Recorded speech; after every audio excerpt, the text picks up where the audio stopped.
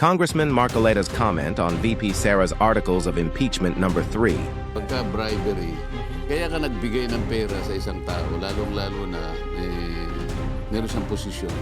Meron kang gustong ipagawa sa kanya. So, malinaw ba na nung sinasabi nilang nagbigay ang Vice President, aligasyon lang naman eh.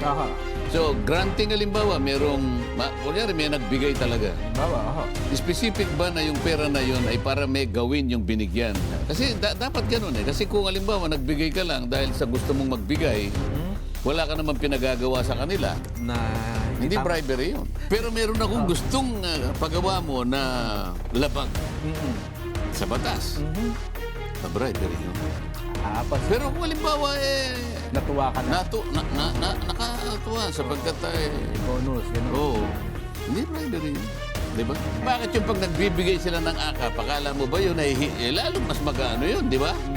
Yun lantaran. Saan provision ng ating tuntuni dito sa House of Representatives? Saan nyo po mababasa na ang isang congressman o kaya yung speaker pupunta sa isang lugar, magsisisigaw ng gano'n, ha? Siyang mamibigay ng pera. Tama ba yun? Wala kami tungkulin ng gano'n.